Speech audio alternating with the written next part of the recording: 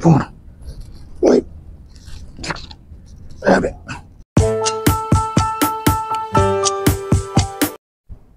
So, what's up mga kasordo, no? So, isang magandang araw na naman sa ating lahat.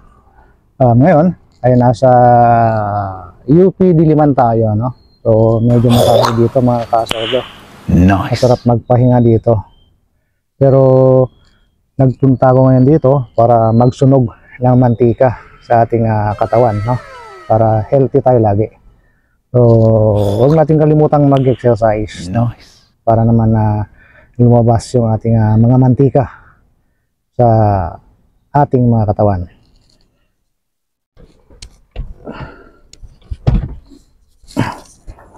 So, by the way, kung naalala nyo yung logic natin, yung last logic video natin nung nakaraan, yung regarding kay Poy Poy, so i-reveal ko yung tamang sagot doon. So, ano naman, maraming nakaintindi, maraming nakaintindi dun sa sitwasyon, yung sa logic, no? Ang ano lang, ang diferensya lang dun yung sagot. So, sana inunawan ninyo yung sitwasyon, no? So, ang sitwasyon is 50 sa umaga, 90 sa tanghali, at saka kumita siya ng 50 sa gabi, no? So, marami yung nakaintindi talaga dun sa sitwasyon, no? Marami. Pero ang tanong, no? Magkano yung kinita ni Poy Poy? So, ayan.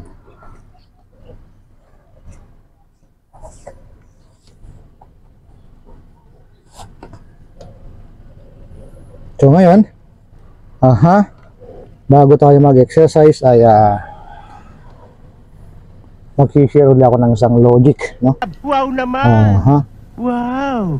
Mamaya ko na i-reveal yung tamang sagot doon sa huling logic video natin, no? Yung kay Poy Poy. So, siya nga pala, maraming salamat sa patuloy na pagsuporta sa aking munting YouTube channel at saka sa aking napakamura pang Facebook page, no? So, kung hindi ka pa nakapag-subscribe at alam mo namang pasok ang mga video ko sa panlasa mo, subscribe naman mga kasordo, no? So, come on, start tayo dun sa isang logic natin, no? So, may logic na naman tayo at kung sino yung makakasagot ay magbibigay ulit tayo ng GCash load, no?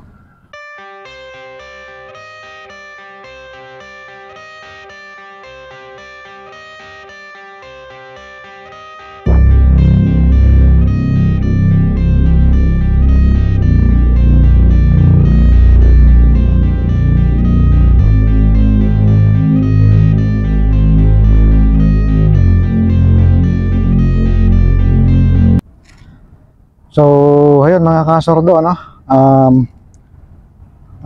Ngayon ay magsisira naman ulit ako ng isang logic, no?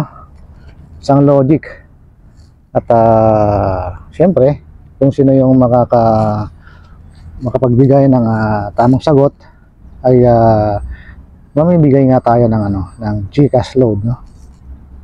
Di totoo yan. So, bola lang yan. Ganito yung sitwasyon. Ito yung logic natin, no? Si Juan, no? Si Juan na lang para madaling tandaan, si Juan. Si Juan naman ang kalimitang ginagamit natin sa mga kwento, ano? Pero ito madali lang yung logic natin, no? Si Juan ay binigyan ng kanyang nanay ng 20 pesos, no? Yung 20 pesos na yon ay tagli 5 piso. 4 na 5 piso. No? Sana all. So, 20 pesos. Ngayon, inutusan siya na bumili ng yelo ng kanyang nanay. inutusan siya na bumili ng yelo ng kanyang nanay. So, bumili ngayon si Juan, no? Bumili ngayon si Juan sa may tindahan. Ang worth nung yelo ay 12 pesos. Ang presyo ng yelong binili ni Juan ay 12 pesos. So, ang tanong, magkano ang sukli ni Juan? Magkano ang sukli ni Juan? So, comment down below your answers, mga kasordo, no? So, tandaan, kung sino yung makakapagbigay ng tamang sagot, magbibigay tayo ng GCash load, no? 50 pesos lang. 50 pesos lang para malapit sa katotohanan. So, ayan. So, comment down below your answers at pakishare na rin itong ating video para malaman ng ating mga kakilala at mga kaibigan. So, yung mga kasordo, no? So, ang tamang sagot ng logic natin regarding kay Poy Poy, no? Yung ice cream vendor.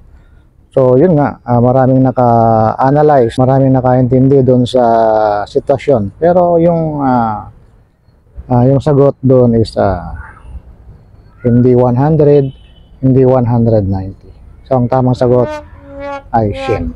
Shin, no? Shin. 50, 90, 50, no? Pero logic kasi, no? So, yung tanghali is 90. Meaning, wala siyang nabenta nga. Tama nga yung iba, wala siyang nabenta ng tanghali. So, araw at sa umaga at saka gabi lang. So, 50 plus 50 equals Shin, no? So, sana naliwanagan kayo, no? So, ang ginamit doon is Spanish, no? Espanyol. So, ang sagot dapat ay Espanyol din, no? So, ang sagot niya ay Shin. So, that's it. So, sana naliwanagan ang lahat. Size muna tayo, no?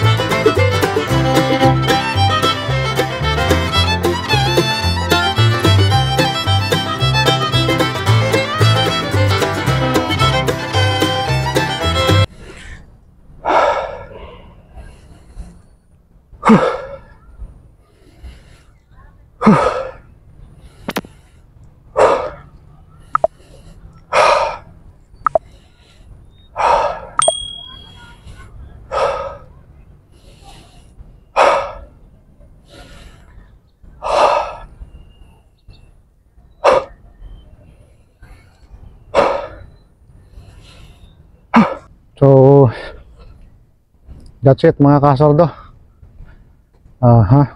So, pauwi na tayo. At nakapag-exercise na.